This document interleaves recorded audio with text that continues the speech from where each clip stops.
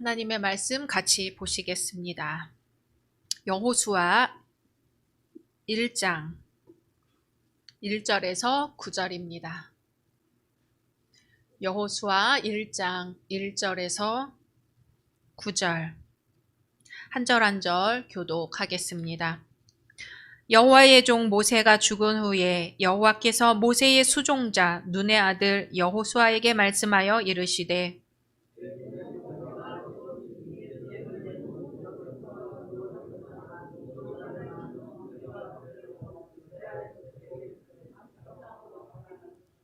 내가 모세에게 말한 바와 같이 너희 발바닥으로 밟는 곳은 모두 내가 너희에게 주었노니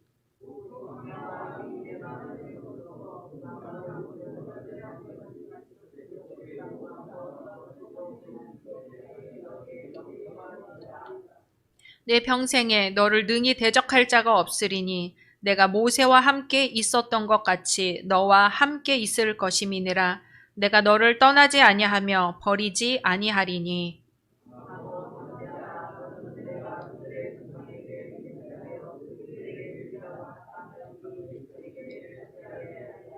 오직 강하고 극히 담대하여 나의 종 모세가 내게 명령한 그 율법을 다 지켜 행하고 우로나 좌로나 치우치지 말라. 그리하면 어디로 가든지 형통하리니.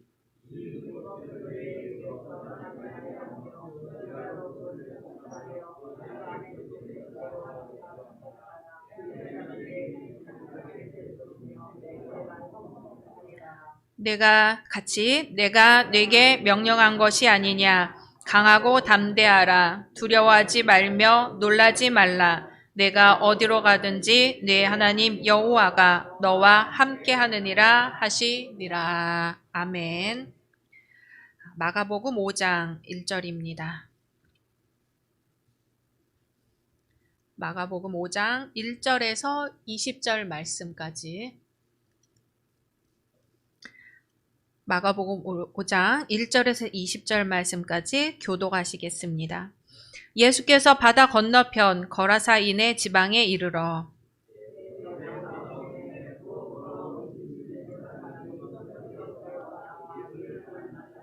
그 사람은 무덤 사이에 거처 하는데 이제는 아무도 그를 쇠사슬로도 맬 수 없게 되었으니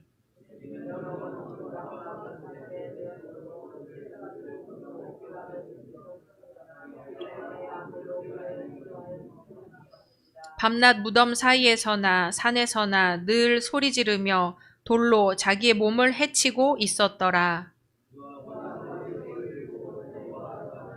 큰 소리로 부르짖어 이르되 지극히 높으신 하나님의 아들 예수여 나와 당신이 무슨 상관이 있나이까 원하건대 하나님 앞에 맹세하고 나를 괴롭히지 마옵소서 하니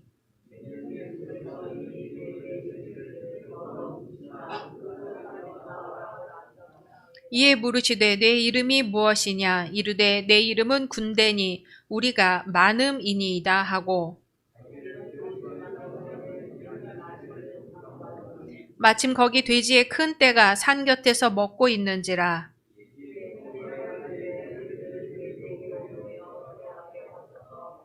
허락하신대 더러운 귀신들이 나와서 돼지에게로 들어가매 거의 2,000마리 되는 떼가 바다를 향하여 비탈로 내리다라 바다에서 몰사하거늘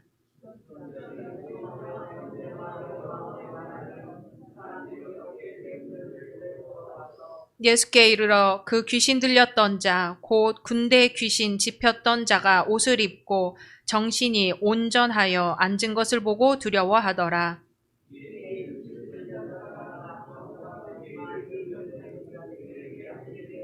그들이 예수께 그 지방에서 떠나시기를 간구하더라.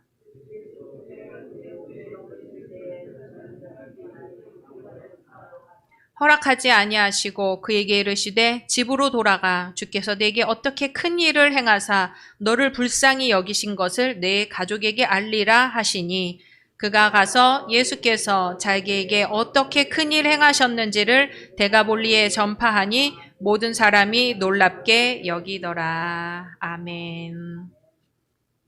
히브리서 3장 1절입니다. 히브리서 3장 1절 같이 읽겠습니다. 그러므로 함께 하늘의 부르심을 받은 거룩한 형제들아, 우리가 믿는 도리의 사도이시며 대제사장이신 예수를 깊이 생각하라. 아멘. 오늘 함께 예배 드리시는 모든 분들을 주님의 이름으로 환영하고 축복합니다. 사도행전교회의 핵심같이 함께 선포하시겠습니다. 오직 예수, 오직 복음, 오직 교회, 오직 하나님의 나라. 아멘. 오래 받으신 약속의 말씀 함께 암송하시겠습니다. 시편 52편 8절. 나는 하나님의 집에 있는 푸른 감람나무 같으며 하나님의 인자하심을 영원히 의지하리로다. 아멘. 말씀대로 이루어 주실 줄로 믿습니다. 아멘. 2022년 두 번째 주일이면서 주현절 첫째 주일입니다. 제가 한 7, 8년쯤 전에 2030 기회 대이동이라는 책을 읽었어요. 미래학자들이 쓴 책이에요. 그때만 해도 미래학자라는 말이 참 생소했습니다. 미래학자는 점쟁이나 예언가들이 아니고 미래에 대해 연구하는 사람들을 말합니다. 앞으로 일어날 일에 대해 오늘날의 자료들을 수집하고 분석해서 앞으로 나갈 방향을 주장하는 거지요. 이 책에서 미래학자들은 이런 주장을 했어요. 첫 번째, 미래 생태계는 아시아가 주도한다. 두 번째, 1인 가구가 전체 인구의 3분의 1을 차지할 것이다. 세 번째, 융합의 시대가 될 것이다. 첫 번째, 아시아가 주도한다. 2021년은 K-영화, K-드라마, K-음악이 전 세계를 주름 잡았던 해이죠. 저는 책을 읽으면서 미래는 아시아가 주도한다고 했을 때 중국의 힘이 미국보다 더 세질 것인가 그런 생각을 했었습니다. 한국이 이렇게 강렬하게 세계에 각인될 줄은 아무도 상상도 못했지요. 두 번째, 1인 가구의 증가입니다. 우리 가족 중에서 아니면 가까운 이웃만 보아도 혼자 사는 사람이 참 많아졌습니다. 어느 방송을 보니까 부부도 따로 살더라고요. 이혼을 해서 따로 사는 게 아니라 서로 자유롭게 살다가 가끔 즐겁고 반갑게 만나서 지내는 거예요.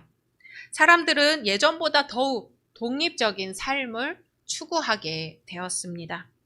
세 번째, 융합의 시대다. 역사를 돌아보면 문명의 발전은 전문화 시대에서 융합의 시대로, 융합의 시대에서 전문화 시대로 왔다 갔다 진자 운동을 했다고 합니다. 산업시대 이후 300년 동안은 전문화 시대였어요. 전문화 시대에는 분업이 미덕입니다. 어떻게 하면 내가 맡은 분야, 이 조그만 것을 더 잘할 수 있을까 고민했죠. 그런데 이 방식이 한계에 다다르면 융합을 통해 새롭게 되려는 경향을 보이게 됩니다. 기존 경계를 무너뜨리면서 새로운 틀을 형성하려고 합니다. 그래서 융합의 시대는 협업이 미덕이 된다고 합니다. 이런 방식의 한계에 다다르면 다시 전문화 시대로, 그게 또 한계에 다다르면 다시 융합의 시대로 문명은 그렇게 전문화 시대와 융합의 시대를 왔다 갔다 했다는 거죠. 지금 우리는 융합의 시대에 들어섰습니다. 이것과 저것이 만나 하나가 되고 기존의 방식이 깨지고 새로운 틀로 재편이 되고 있습니다. 로봇의 시대는 말할 것도 없지요. 약 10년 전에 이 책을 읽을 때는 20년 후 2030년이 되면 그런 세상이 되겠구나 하고 생각을 했는데 우리가 예상하지 못했던 코로나라는 것이 갑자기 닥쳤죠. 그래서 2030년이 아니라 2020년, 21년, 2022년 코로나와 함께 우리는 10년을 앞당겨서 미래학자들이 예견했던 그 시기를 지금 살아가게 되었습니다. 올해 우리 교회의 표어는 예수를 깊이 생각하라입니다. 어쩔 수 없이 변화하고 받아들여야 하는 이 시대를 살아내야 하겠지만 신앙인으로서 우리의 삶은 점점 더 단순하게, 점점 더 간결하게, 점점 더 조용한 침묵 속에서 하나님의 음성을 들어야 할 것이라고 지난주 말씀 같이 나눴습니다. 마치 이 길은 한 번도 가보지 않은 길을 걷는 것과 같습니다. 오늘 여호수아서의 말씀은 한 번도 살아보지 못한 땅을 가야 하는 여호수아에게 하나님께서 하시는 말씀입니다. 우리 여호수아서 1장 1절 같이 읽겠습니다. 시작. 여호와의 종 모세가 죽은 후에 여호와께서 모세의 수종자 눈의 아들 여호수아에게 말씀하여 이르시되. 아멘. 이 1절은 2절부터 이어질 구체적인 내용에 대한 서론입니다. 먼저 여호와의 종 모세입니다. 모세는 이집트에서 탈출하면서 바로의 종에서 여호와의 종으로 신분이 바뀌었죠. 바로의 종은 죽는 길이었지만 여호와의 종은 사는 길이었어요. 여호수아는 모세의 종이 아니고 수종자라 이렇게 나오죠. 표준 세번역으로 보면 여호수아는 모세를 보좌하던 이다. 다시 말하면 모세의 참모였던 거지요. 오늘 본문이 모세가 죽은 다음 여호와 하나님이 여호수아에게 말씀하셨다는 것은 이제 모세의 시대가 끝나고 여호수아의 시대가 시작되었음을 말씀합니다. 한 세대 그리고 한 시기가 끝나고 새로운 세대 그리고 새로운 시기가 시작된 거지요. 2절 같이 읽겠습니다. 내 종 모세가 죽었으니 이제 너는 이 모든 백성과 더불어 일어나 이 요단을 건너 내가 그들 곧 이스라엘 자손에게 주는 그 땅으로 가라. 아멘. 이 말씀 속에는 여호수아에 대한 하나님의 신뢰, 여호수아가 과제로 부여받은 앞으로 정복해야 할 땅, 그리고 하나님께서 함께 하신다는 약속의 말씀이 나옵니다. 2절 말씀에는 쿰이라는 동사가 나와요. 쿰은 일어나라는 뜻입니다. 모세의 자리를 이어 새 땅으로 들어가야 하는 여호수아에게 누워있지 말고 일어나라. 일어나 앞으로 미지의 세계를 향해 나가라는 말씀입니다. 3절 같이 읽겠습니다. 시작. 내가 모세에게 말한 바와 같이 너희 발바닥으로 밟는 곳은 모두 내가 너희에게 주었노니. 아멘. 하나님이 이스라엘 백성에게 이미 주신 땅이다. 들어가지 않았지만 이미 주신 땅이다. 이제 남은 것은 이스라엘 백성이 그 땅을 들어가는 일뿐입니다. 우리 7절에서 8절 같이 읽겠습니다. 시작. 오직 강하고 극히 담대하여 나의 종 모세가 내게 명령한 그 율법을 다 지켜 행하고 우로나 좌로나 치우치지 말라. 그리하면 어디로 가든지 형통하리니 이 율법책을 내 입에서 떠나지 말게 하며 주야로 그것을 묵상하여 그 안에 기록된 대로 다 지켜 행하라. 그리하면 내 길이 평탄하게 될 것이며 내가 형통하리라. 아멘. 여호수아는 군사적인 대접전을 목전에 두고 있습니다. 전쟁에서 이기려면 여러 가지 준비가 필요할 텐데 그 중에서도 율법을 잘 지켜야 성공한다는 것은 물리적인 면에서는 잘 이해가 되지 않습니다. 하지만 이 싸움은 하나님께서 이스라엘 백성을 위하여 함께 싸우시는 싸움이니 이스라엘 백성에게 주님이 요구하시는 사항을 잘 준수해야 한다는 말씀입니다. 오늘 이 말씀은 시간적으로는 기원전 13세기 이스라엘 백성이 이집트를 탈출한 뒤 광야에서 40년간의 유랑 생활을 마치고 가나안 땅을 진입하기 직전의 상황입니다. 공간적으로는 요단강 2편, 즉 길갈 맞은편 트란스 요단 지역입니다. 가나안 땅에 들어가기 위해서는 요단강을 건너야 합니다. 현재 있는 이쪽은 지금까지 걸어온 광야의 끝입니다. 이 광야의 끝에서 요단강을 건너 저쪽으로 갈 것인지 아니면 여기서 머뭇거리고 있을 것인지 우리는 지금 그 선택 앞에 있습니다. 이제부터 있을 전투를 과연 지금까지 이스라엘 백성을 이끌어왔던 모세 없이 해낼 수 있을 것인지 여호수아는 두렵고 초조했을 것입니다. 그러한 여호수아에게 오늘 주님은 두려워하지 말라고 말씀하십니다. 우리 9절 같이 읽겠습니다. 내가 네게 명령한 것이 아니냐. 강하고 담대하라. 두려워하지 말며 놀라지 말라. 네가 어디로 가든지 네 하나님 여호와가 너와 함께 하느니라 하시니라. 아멘. 모세는 광야에서 배에 굶주리고 헐벗고 떨던 철없는 민중을 젖과 꿀이 흐르는 가나안 복지로 이끌어줄 위대한 민족 지도자였지요. 그런데 모세의 죽음은 이스라엘 백성 모두에게 충격이었습니다.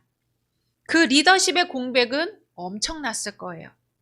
모세가 이 세상을 떠났다니 이스라엘 백성이 새 땅에 대해서 품었던 꿈도 산산조각이 났을 것입니다. 하지만 새 시대는 새로운 과제를 가져오고 이 과제를 감당하기 위해서는 새로운 일꾼이 필요합니다. 모세 당시 많은 사람들은 아무도 모세의 빈자리를 메울 수 없으리라고 생각했지만 하나님은 여호수아를 준비하셨습니다. 여호수아는 일어나야 하며 그것도 지체 없이 바로 지금 새 임무를 맡아야 하는 것이죠. 요단을 건너 내가 그들 곧 이스라엘 백성에게 주는 그 땅으로 가라. 지금 우리 앞에는 요단강이 가로놓여 있습니다. 우리는 이 강을 건너야 합니다. 2021년을 보내고 2022년 새해를 맞이한다는 의미도 있을 것이고 새로 이사간 곳에서 새롭게 삶을 시작해야 한다는 의미도 있을 것이고 새로운 직업이 시작된다는 의미도 있을 것이고 이제 새롭게 고등학교를 졸업하고 대학 생활을 시작해야 한다는 의미도 있을 것입니다. 또한 내가 생각하지 못했던 새로운 진로로 방향을 전환해야 한다는 의미도 있을 것입니다. 그 어떤 것이든 간에 지금 우리 앞에 요단강이 가로놓여 있습니다. 물살이 출렁출렁하고 강 건너 저기로 과연 내가 잘 건너갈 수 있을까 의심도 생기고 두려움도 생깁니다. 사람은 누구나 알지 못하는 땅으로 낯선 곳으로 가려고 할 때는 주저하고 망설이고 심지어 두려워 떨기도 하죠. 그러나 주님은 우리에게 말씀하십니다. 두려워하지 말며 놀라지 말라. 내가 어디로 가든지 내 하나님 여호와가 너와 함께 하느니라. 아멘. 사람이 살던 방식을 바꾼다는 게 여간 힘든 게 아닙니다. 모세 세대의 사람은 하나도 가나안 땅에 들어가지 못했어요. 그리고 가나안 땅에 대해 의심했던 사람도 들어가지 못했습니다. 여호수아와 갈렙을 비롯해 새로운 세대가 가나안 땅에 들어가게 되었습니다. 새로운 땅에 들어가는 우리의 모습은 어떠해야 할까요? 우리 열린교회 저편에 심곡서원이 있습니다. 조광조의 심곡서원이죠. 초등학교 이름도 심곡초등학교지요. 조광조는 장원 급제하고 중종에게 과감한 개혁을 진언했던 인물로 꼽힙니다. 하루는 조광조가 성균관에 들어갔는데 성균관에서 공부하는 유생들이 옷매무새도 아무렇게나 하고 옷도 아무데나 굴러다니고 있고 청소하지 않아 주변이 어수선하고 지저분했다고 합니다. 그래서 소학을 강조했다고 하지요. 소학은 어린아이들이 서당에서 천자문을 떼고 배우는 가장 기본적인 책이라고 해요. 집으로 말하면 집을 지을 때 터를 닦고 제목을 준비하는 과정이라고 합니다. 김굉필이라는 당시의 사람도 이렇게 말했습니다. 본업 삼아 글을 읽어왔어도 세상 이치를 몰랐는데 소학책에서 지난날 잘못을 깨달았네 라고 말합니다. 어떤 훈장님이 소학에 많은 내용이 있지만 그것을 한 절로 줄이면 쇠소응대 진퇴지절이라고 합니다. 물 뿌리고 마당 쓸고 사람을 대하여 인사하고 나갈 때와 물러날 때의 예절이다 하는 뜻입니다. 이 훈장님이 이야기하기를 요즘 젊은 사람들이 집안 청소는 고사하고 자기 주변 정리도 안 하는 것, 자기 아파트 엘리베이터 안에서 어른을 마주쳐도 본둥만둥 하는 것, 집이든 사무실이든 또 직장에서든 들고 날 때 인사도 할 줄 모른다는 것을 이 이야기와 함께 전했습니다. 우리 신앙생활에서 소학과 같이 소학에서 말하듯이 물 뿌리고 마당 쓸고 사람을 대하여 인사하고 나갈 때와 물러날 때의 예절이라면 어떤 것이 있을까요? 한번 한 주간 동안 고민해 보시기 바랍니다. 제 아무리 성균관까지 간 유생이라 할지라도 흐트러졌다 싶을 때는 어린아이가 배운 기본으로 돌아가야 한다는 것이지요. 그런데 더 나아가야 하는데, 더 진보해야 하는데 사람은 희한하게 옛것에 머물려는 경향이 있단 말이에요. 익숙하고 편하니까요. 예수님이 바다 건너 저쪽으로 가자고 해서 닿은 곳이 거라사 지역입니다. 바다 건너는 갈릴리 호수예요. 물이 출렁출렁할 만큼 파도가 이니까 바다라고도 했습니다.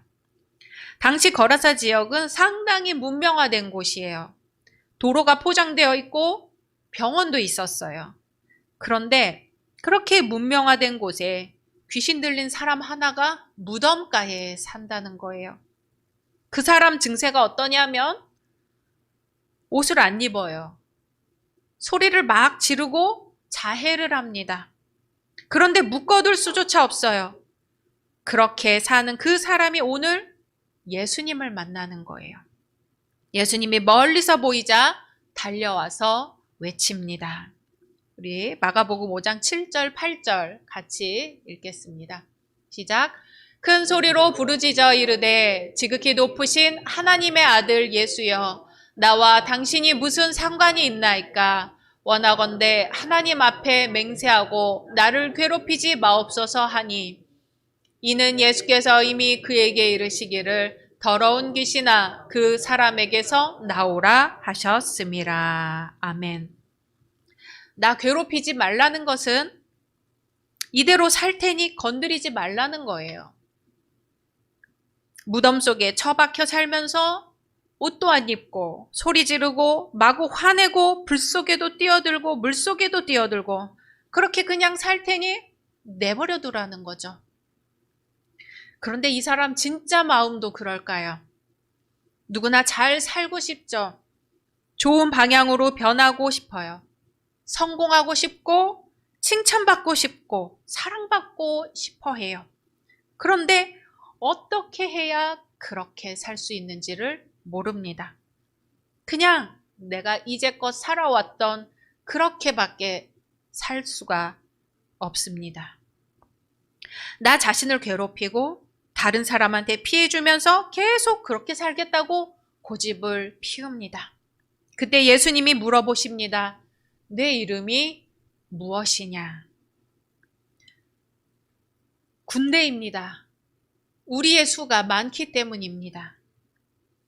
그 사람 안에 든 귀신이 군대예요. 그리고는 자기들을 그 지역에서 쫓아내지 말라고 예수님께 간청합니다. 하나님이 야곱에게도 물어보셨죠? 내 이름이 무엇이냐? 네, 간사한 자 야곱입니다. 이 사람은 지금 자기 이름이 군대라고 대답해요. 군대와 같이 강한 힘을 갖고 이 사람을 꼼짝 못하게 했지만 예수님 앞에서는 아무 힘도 못 씁니다. 자기를 쫓아내지 말아달라고 간청하다가 아무래도 안 되겠으니까 자기들을 돼지 속으로 들어가게 해달라고 하지요. 결국 돼지들이 전부 바다에 빠져 죽습니다. 돼지치던 사람들이 놀라서 동네 사람들하고 이 소식을 전했더니 사람들이 무슨 일인가 하고 다 보러 왔더니 귀신 들렸던 사람, 자기를 군대라고 했던 그 사람이 제정신으로 돌아와서 가만히 앉아 있는 거예요. 예수님을 만나기 전과 후가 전혀 다른 사람이 되었습니다. 그동안 내가 원하는 모습인 줄 알고 변하기 싫다고 그냥 그대로 옷 벗고 소리 지르고 무덤 사이에서 살게 내버려 두라고 소리 지르던 그 사람이 예수님을 만나고는 진짜 삶을 만났어요. 그런데요, 이 미친 사람이 제정신으로 돌아왔으면 동네 사람들이 함께 기뻐하고 춤추면서 좋아하고 하나님께 영광을 돌릴 것 같은데 이 사람을 변화시킨 예수님을 두려워해서 우리 동네에서 나가주십시오 하는 거예요. 왜냐하면 자기네 재산이고 돈인 돼지가 다 물에 빠져 죽었잖아요. 예수님을 만나는 게 이 사람들한테 금전적으로 도움이 안 됐을 뿐 아니라 예수님이 이 동네에 계셨다간 자기들의 삶에 변화가 생긴다는 거지요. 하지만 예수님을 만나 변화받은 이 사람만이 예수님과 더 같이 있고 싶어 합니다. 떠나는 예수님을 붙잡고 자기랑 더 같이 있어 달라고 간청합니다. 하지만 예수님은 그 뜻을 물리치시고 배에 올라타시면서 이 사람을 떠나시지요. 이제 이 사람은 여기저기 다니며 예수님이 한 일을 전하기 시작합니다. 우리 20절 같이 읽겠습니다. 그가 가서 예수께서 자기에게 어떻게 큰일 행하셨는지를 데가볼리에 전파하니 모든 사람이 놀랍게 여기더라. 아멘. 데가볼리, 데카와 폴리스. 데카는 숫자 10을 가리키고 폴리스는 도시국가를 가리키죠. 10개 넘는 동네를 다니면서 예수님이 자기에게 무슨 일을 행하셨는지를 전하고 다니는 겁니다. 우리는 지금 요단강 앞에 서 있습니다.